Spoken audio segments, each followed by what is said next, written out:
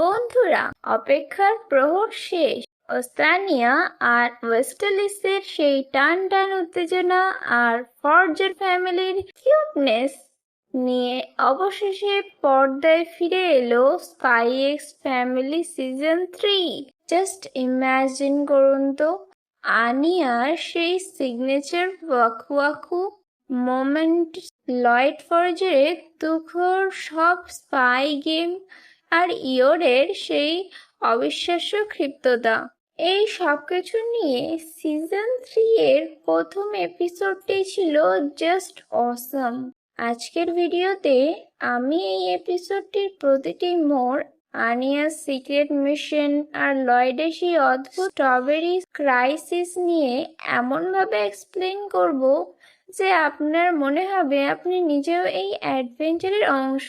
Season 3 এর শুরুটা কতটা পাওয়ার প্যাকড হলো, আর সামনে আমাদের জন্য কি কি বড় চমক অপেক্ষা করছে তা জানতে ভিডিওটি 1 সেকেন্ডও মিস করবেন না।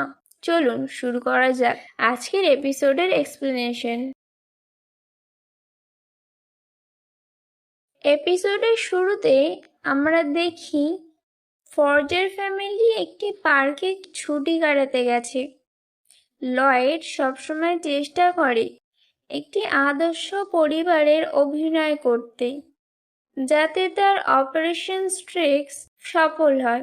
আনিয়া সেখানে মন ভরে 3 লেয়ার আইসক্রিম খাচ্ছে, কিন্তু হঠাৎ করেই সে তার মনে পড়ার ক্ষমতা দিয়ে বুঝতে পারে কাছেই বড় কোনো বিপদ ঘটতে চলেছে।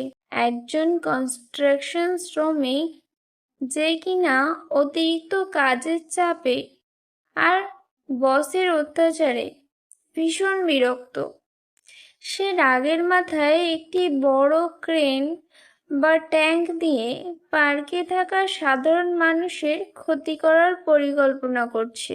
আনিয়া এবং বন্ড, মানে তাদের কুকুর, মিলে লয়েডকে না জানিয়েই সেই বিপদ আটকানোর চেষ্টা শুরু করে। আনিয়া খুব বুদ্ধি করে লয়েডকে সেই বিপদের দিকে নিয়ে যায়। আমরা দেখি লয়েড তার স্পাই স্কিল ব্যবহার করে অত্যন্ত গোপনে সেই পাগলপ্রায় শ্রমিককে থামিয়ে দেয় এবং পার্কের সবাইকে রক্ষা করে। তবে মজার ব্যাপার হলো, লয়েড ভাবছিল সে কেবল তার ডিউটি পালন করছে, কিন্তু আসল হিরো কিন্তু ছিল আমাদের ছোট্ট আনিয়া। এপিসোডের দ্বিতীয় ভাগে একটি রাজনৈতিক সমস্যা দেখা দেয়।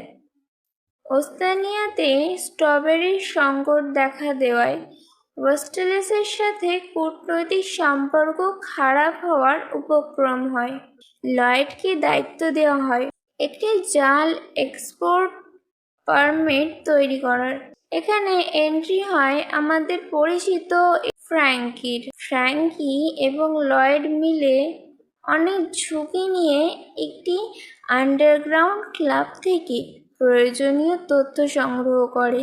এই অংশটুকু ছিল ভরপুর অ্যাকশন এবং থ্রিলারের ঠাসা।